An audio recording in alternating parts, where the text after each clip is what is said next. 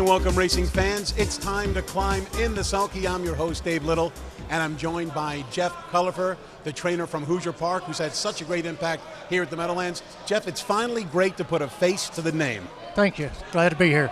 Well, we're really glad to have you because, as I said, you've had such an impact here at the Meadowlands thus far. You came out east from Hoosier Park. What precipitated that decision? After all, you were the leading trainer at Hoosier Park last year. I still got a large stable there and wanted to come out here and test the waters, kind of, and there's more racing opportunities.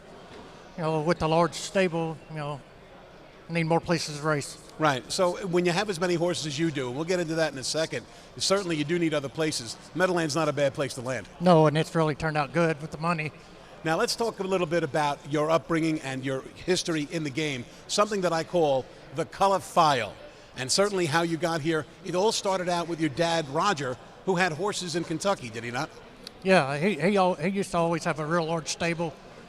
Me and my brother, we both worked for him, and that's the way I got started. Now, you and Terry worked in the barn as kids. How long before you stopped working for your dad and kind of moved out on your own? I started, you know, trying to do the catch driving thing, and probably 18, always tried to branch a little here and there, but you seemed like I always went back home. Now, you branched out only 6 years ago. Obviously, success has come very quickly for you.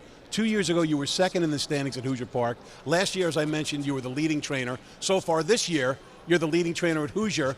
And at the Meadowlands, you have the second most starts behind Ron Burke. How did success come so quickly for you? Tom Pollock, the owner, he puts good horses in the barn. That's what it takes. Well, that's a perfect segue because I wanted to ask you about your association with Tom. You told me that at one point you were training for Mr. Pollock for a year but hadn't met him. What's the story with that? There was a partnership, and there's one of the other owners kind of was leading the partnership, and so I just dealt with him and finally called Tom, and we hit it all pretty good. Good friends and good business partners. Well, I tell you what, it's always great to have great owners when you're a trainer, but clearly when you have as many horses as you do, it's got to be tough finding spots for all these horses, especially when you're on two coasts. How often do you come out east? I try to get out here once a month, and you know, it's very, very difficult. You know, I do all my entering on Sundays and try to make what works. Now, talking about something with all of the horses that you have, 40 at Hoosier, 15 at White Birch Farm. Let's take a look at something that I call Jeff's joint is jumping, and it certainly is because, after all, with 120 starts at the Big M, second only to Ron Burke, you're certainly keeping very busy, and at the same time, with only 15 horses out this way, it seems like you're getting them raced week after week after week. Yeah, I mean, we love to race, so, you know, and I just keep entering everything, and so far we've had good luck getting them all in here.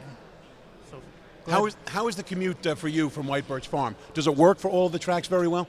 Yes, very well, yeah. And what about the commute from Indiana to White Birch Farm? Is that something that you have to do every month? That's a little bit more difficult. That's a long drive, short flight. So I try to fly more than drive, but sometimes we have to drive, switch horses in and out. How many horses are on the truck when you go from Indiana to New Jersey and vice versa? We've only been moving a couple back and forth from here to Indiana, so just 2 or 3 at a time. So once they got here, they kind of stayed here. Oh yeah. No question about it. Yeah. Now, obviously you have a big track at Hoosier Park. They go fast there. We have a big track here at the Meadowlands. We go fast here. Which surface do you think is better for horses?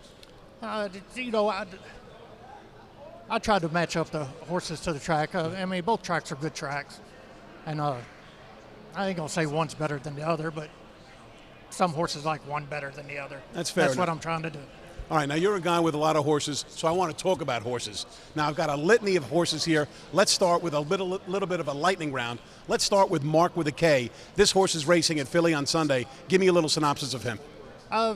He made sense when we bought him, and you know, kind of took a chance in Wiglet Jiglet. He didn't, kind of was a little overmatched there, so going to take him to the smaller track and see if we can get him braving back up. And All right, dubious claim. He's a real raceway type of horse. He crushed non-winners of 6,000 last week with Kyle Husted driving as a short price favorite. He wins here. Now you ship to Philly on Sunday. How come?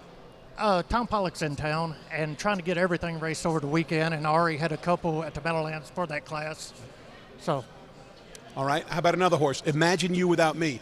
This is a horse I suspect is not quite performing up to your expectations. He was racing in non-winners at 20 at Yonkers. You drop him to 20 claimers. He really didn't wake up. You ship him back to Indiana in the hopes of what? I hope to get him back going on the right track, see if there's any issues that I could find that, since I'm there more than I am here, see if we can get him braving back up. All right. How about Warrawee Shipshape, a horse who won at Philadelphia, and now you drop him in at the Meadowlands. Why is that? Kind of the same thing. Right. He wasn't going to be able to get in this weekend in Chester, so brought him here where Tom can get to watch him race. Now, how about a hard luck horse by the name of Stylish Beachwear? 0 for 14 this year, but going up against some of the best pacing mares around. So talk about some tough luck, and can Stylish Beachwear break through against this kind? I would love to hope so. She really deserves to win. She's been knocking on the doors every week and just hasn't got there. Always got that one or two horses in the race that's so good. And let's talk about some of the best horses in your barn. The Wiggle It, Jiggle It final tomorrow night, Dealer's Table. This horse came to town, 4 for 4 from Miami Valley, showed big speed in both Meadowlands tries. Last week, cut ridiculous fractions on the front end. Dave Miller just couldn't get this horse to calm down on the front end. What are you going to do about it? We made a little equipment adjustments with his bits and tried to get him back under control because he's got so much talent. He really does have an awful lot of talent, and he's still my pick to win that race. But you don't really know how much the new bit is going to improve him, do you? I really don't, because training, he's a very relaxed horse. So we're kind of got to play it by ear once he gets behind the gate, and hopefully when he gets behind the gate, he's still manageable. All right, let's talk about the Golden Receiver. It's going to be at 1 1/8 miles, some tough customers in there. Let's take a little look at new talent, winning several weeks ago right here at the Meadowlands on the front end. He was awfully good racing on the front end, and he's in the Golden Receiver tomorrow night. I've never had a tougher horse than New Talent. I mean, he could just go. And so I think this is really going to set up good for him. Edgar Hanover, I got in there as well. New purchase. I'm excited about the big track. He hasn't raced on the big track much.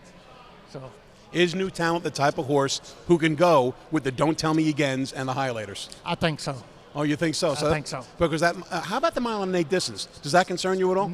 That makes me even more happy. More? Oh, yeah. Why is that? Because he never quits. Right. Never. So, all right, so we're going to look for a big effort out of New Talent and entry mate Edgar Hanover in tomorrow night's Golden Receiver. Jeff Cullipher, thanks so much for spending some time with us tonight on In the Sulky. Best of luck to you for the rest of the year, not only here at the Meadowlands, but everywhere in the East Coast, and of course, back home at Hoosier Park. Thank you. That wraps it up for In the Sulky. In 60 seconds, Dave Brower will take over that chair as Jeff goes to work. We'll give out this week's hardware for Trainer and Driver of the Week and take a look at tonight's featured action.